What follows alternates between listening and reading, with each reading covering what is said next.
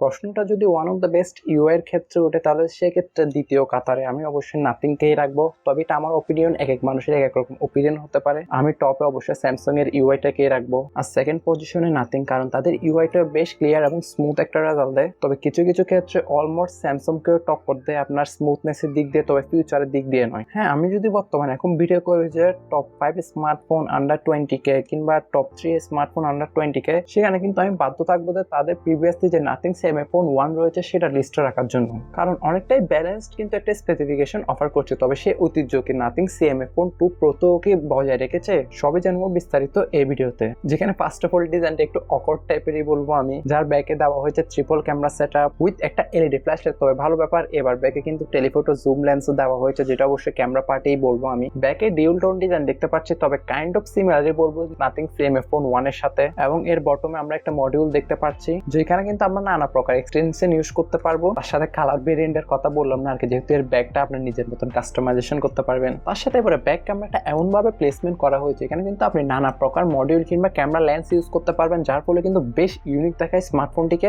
তবে এই সম্পূর্ণ প্লাস্টিকের তৈরি স্মার্টফোনটির ভেতরে এখনো সে আগের মতন দেওয়া হয়েছে 5000 mAh একটি ব্যাটারি, যেটা অবশ্যই একটু ডিসঅ্যাপয়েন্টেড মনে হবে। যেহেতু 5000 mAh ব্যাটারি থাকা সত্ত্বেও স্মার্টফোনের থিকনেস করা হয়েছে 7.8 মিলিমিটার এবং ওজন করা হয়েছে 185 গ্রাম। তবে একটা জিনিস খারাপ লেগেছে, বর্তমানে কিন্তু এই প্রাইস পয়েন্টে অন্যান্য চাইনিজ ব্র্যান্ডগুলোর স্মার্টফোনে কিন্তু এর থেকে বড় বড় ব্যাটারি দিচ্ছে আপনার সিলিকন কার্বন টেকনোলজির ইউজ করে। তবে এদিক দিয়ে এসে নাথিং কিন্তু কিছুটা পিছিয়ে, কিছুটা না আমি অনেকটাই পিছিয়ে বলবো। তবে এটাতে আপনার লিথিয়াম ব্যাটারিটা ইউজ করা হয়েছে, ফলে টেনে একদিনের মতন ব্যাটারি ব্যাকআপ পাবেন। তার সাথে 33 ওয়াটের একটি ফাস্ট চার্জার, এটা অবশ্য বক্সে প্রোভাইড করবে। এবার সব থেকে বড় বিষয় হচ্ছে এটা, পাশাপাশি একটি CPU case, type C data cable, then একটি সিম ইজেক্টর টুল, দেন কিছু ইউজার ম্যানুয়াল কিংবা ডকুমেন্টেশন দেখতে পারবো আমরা বক্স কন্টেন্ট হিসেবে। যার ফোন ডে আসলে আমরা দেখতে পাবো 6.77 ইঞ্চি ফুল এইচডি প্লাস রেজুলেশনের 1 বিলিয়ন কালার সাপোর্টেড একটি অ্যামোলেড ডিসপ্লে, যাতে রয়েছে 120 হার্জ এর মতন রিফ্রেশ রেট, ইভেন 3000 নিটস এর পিক ব্রাইটনেস। তবে এটা আমাদের কাজে লাগবে না, আমাদের 1300 নিটস যে HBM ব্রাইটনেসটা দিয়েছে ওইটাই আমাদের কাজে লাগবে। তবে ডিসপ্লেটিকে প্রোটেকশন করার জন্য আপনাকে পান্ডা গ্লাসের প্রোটেকশন দিয়েছে, তবে এটা না দিয়ে তারা যদি কর্নিং গোয়েলের গ্লাসে প্রোটেকশন দিত তাহলে মেবি আমার মতো বেটার হতো। তবে ডিসপ্লে চিহ্ন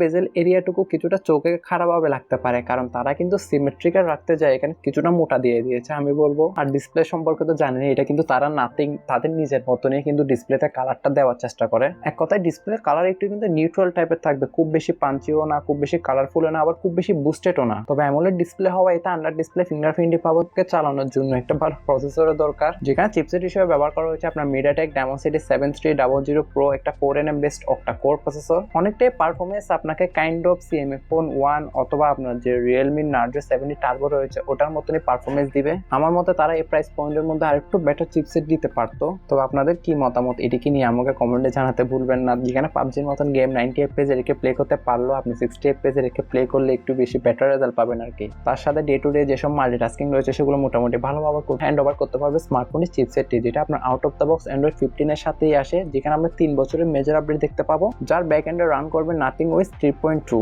তবে ইউআই নিয়ে বেশি কথা আমি বাড়াবো না, এক কথায় বলবো যে আপনি এখানে কিন্তু একদমই অ্যাডসেট দেখা দিবেই না, তবে কিছু আপনার টুকটাক ইনস্টল অ্যাপ দেখা দিবে, যেগুলো চাইলে আপনি আনইনস্টল করে দিতে পারেন। তার সাথে 6 বছরের আপনার সিকিউরিটি প্যাচ লেভেলের আপডেটটা দিয়ে দিবে তারা। অল ওভার ইউআইতে ওয়ান অফ দ্য সেকেন্ডেস্ট একটা বেস্ট ইউআই বলবো আমি। তবে আর বেশি কথা বলবো না ইউআই নিয়ে, যারা অবশ্যই নাথিং লাভার রয়েছেন, ইউআই নিয়ে উল্টাপাল্টা শুনলে আবার আমাকে নিয়ে দ্বিতীয় বিশ্বযুদ্ধ শুরু করবেন কমেন্টে, যেটা অবশ্যই তার প্রমাণ টিকটিকেই বলে দিয়েছে। যার ব্যাকে আমরা দেখতে পাচ্ছি 50 মেগাপিক্সেলের মেইন ওয়াইড যুক্ত সেন্সর, দেন সেকেন্ড আইতে 50 মেগাপিক্সেলের একটি 2x টেলিফোটো লেন্স, দেন থার্ড আই থাকছে কিন্তু 8 মেগাপিক্সেলের একটি আলট্রা ওয়াইড সহ ট্রিপল ক্যামেরা সেটআপ অফার করছে। আর ফ্রন্ট ফেসিং 16 মেগাপিক্সেলের একটি সেলফি ক্যামেরা তো দেওয়া হয়েছে, আর ব্যাক ক্যামেরা দ্বারা সর্বোচ্চ 4K তে 30 fps এর ভিডিও এবং ফ্রন্ট ক্যামেরা দ্বারা সর্বোচ্চ 1080p তে 30 fps এর ভিডিও ইজিলি শুট করতে পারবেন। তবে ব্যাগে টেলিফোটো দিয়েছে মানে খুবই টপ নচ লেভেলে যে একটা রেজাল্ট পাবেন তা না, এখানে কিন্তু সে লেভেলটা এখন ধরতে পারে না। তবে আমি আশা করছি ইন ফিউচার তারা সফটওয়্যার আপডেটের মাধ্যমে এটা কিন্তু আরো ইমপ্রুভমেন্ট করবে। তবে সবকিছু নিয়ে ইন ডিটেইলস ভিডিও খুবই তাড়াতাড়ি আসতে চলেছে এই চ্যানেলে, তাই ভিডিওগুলো মিস দিতে না চাইলে অবশ্যই stay connected with our channel.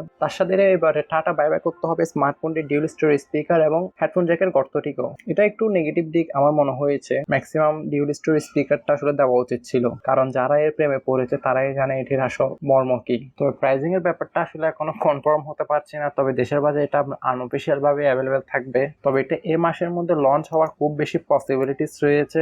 Base ভেরিয়েন্টের জন্য প্রাইস নির্ধারণ করা হতে পারে 33 কিংবা 36,000 টাকার মধ্যে। তবে দেখা যাক এটি আসলে বাংলাদেশ মার্কেটে কিরকম প্রাইস পয়েন্টে লঞ্চ হয়, আর আপনাদের কি মত এটা কোন প্রাইস পয়েন্টে লঞ্চ হলে বেটার হবে কমেন্টে জানাতে ভুলবেন না।